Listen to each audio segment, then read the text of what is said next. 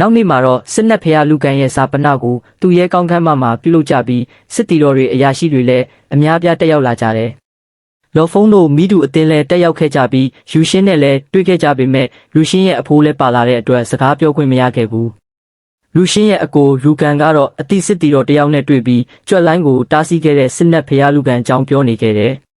ပြီးတဲ့နောက်မှာကြွက်လိုင်းလာတော့ကလော်ဖုန်းဆိုတဲ့ကောင်လေးဟာပြေးနေခဲ့ပြီးသူ့ညီမယူရှင်းကိုလည်းလိုက်နေတဲ့တာမန်စစ်တီတော်အဆင့်ကြောင်းမတန်မရပြောဆိုနေခဲ့တယ်။ဒါပေမဲ့အတိစစ်တီတော်ကလော်ဖုန်းဟာသူနဲ့တည်တဲ့သူဖြစ်ပြီး2 လအတွင်းအဆင့်မြင့်သားရဲ့2000ကျော်ကိုတောင်တက်နိုင်ခဲ့တဲ့အတွက်အယူပွဲကိုတောင်ယထာကြောင်းနဲ့သူ့ရဲ့အဆင့်ဟာဂျူနီယာအဆင့်ဘူးဖြစ်ကြောင်းပြန်လည်ပြောပြခဲ့တယ်။ဒီစကားကိုကြားတော့လူရှင်းရဲ့အကိုလည်းအသက်18နှစ်နဲ့ဂျူနီယာဘိုအဆင့်ရောက်နေပြီလားဆိုပြီးအံ့အားသင့်သွားခဲ့တယ်။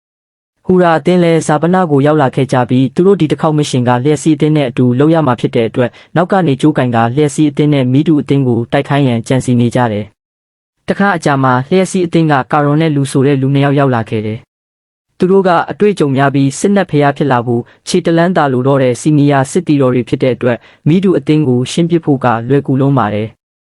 သူတို့ကလော်ဖုန်းတို့နဲ့ဟူရာအတင်းရဲ့ရန်မျိုးကိုစိတ်မဝင်စားပေမဲ့ဒီတစ်ခေါက်တာဝန်ကသူတို့တခင်လေးရဲ့လုံခြုံရေးကိုဟူရာအတင်းနဲ့တွဲလို့ရမှာဖြစ်တဲ့အတွက်ဘာမှမဖြစ်စေချင်ကြဘူး။ဆရာပနာကိုကျူရှိဆိုတဲ့စစ်နက်ဖျားကလည်းတက်ရောက်လာခဲ့တယ်။သူဟာကမ္ဘာအတန်မာဆုံးစစ်တီတော်10ယောက်ထဲကတယောက်ဖြစ်ပြီးစစ်နက်ဖျားအဆင့်ကိုတောင်ကျော်လွန်နေပြီဖြစ်ကြောင်းခေါင်းဆောင်ကလော်ဖုန်းကိုရှင်းပြတယ်။ဒီလိုနဲ့ဆရာပနာပွဲအပြီးမှာမိတူဖွဲ့သားတွေစုဝေးကြပြီးဟူရာအတင်းနဲ့လျှက်စီအတင်းရဲ့အန်ဒီယေကိုဆွေးနွေးကြတယ်။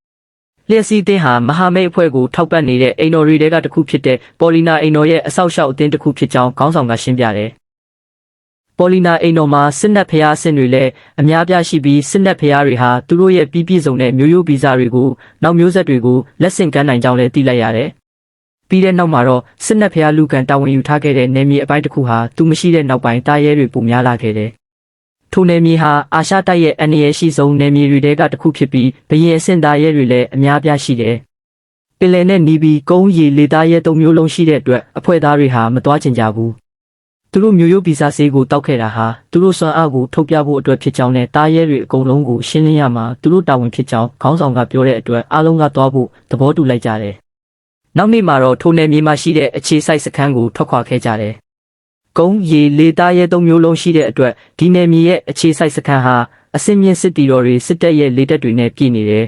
။သူတို့နယ်မြေထဲရောက်ပြီးနိုင်ဝက်အတွင်းမှာပဲ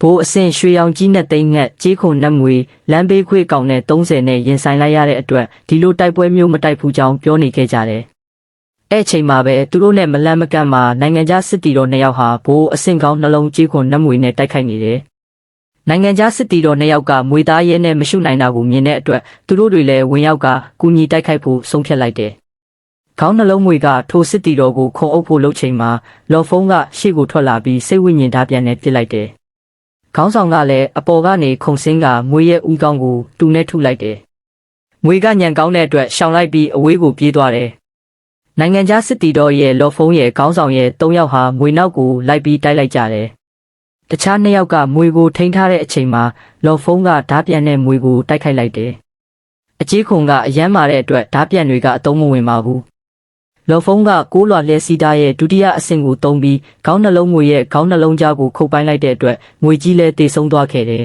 ။မွေကြီးရဲ့တံမိုးရှိတဲ့အစိပ်ပိုင်းတွေကိုယူဖို့လုပ်တဲ့အချိန်မှာသူတို့ရှေ့ကိုတနက်နဲ့ပစ်ပြီးတားတာခံလိုက်ရတယ်။သူတို့ဘက်ကိုလျှက်စီးအတင်းနဲ့ဟူရာအတင်းကလျှောက်လာကြပြီးဒီမွေသားရဲဟာလျှက်စီးအတင်းရဲ့တားကောင်ဟုဆိုကအပိုင်သိမ်းဖို့လုပ်ကြတယ်။လျှက်စီးအတင်းမှာပေါ်လီနာအိမ်တော်ရဲ့တခင်လေးလည်းပါလာခဲ့ပြီးမွေသားရဲပေါ်ခြေထောက်တင်ကသူ့ရဲ့ဟာဆိုပြီးမောက်မာပြောဆိုနေခဲ့တယ်။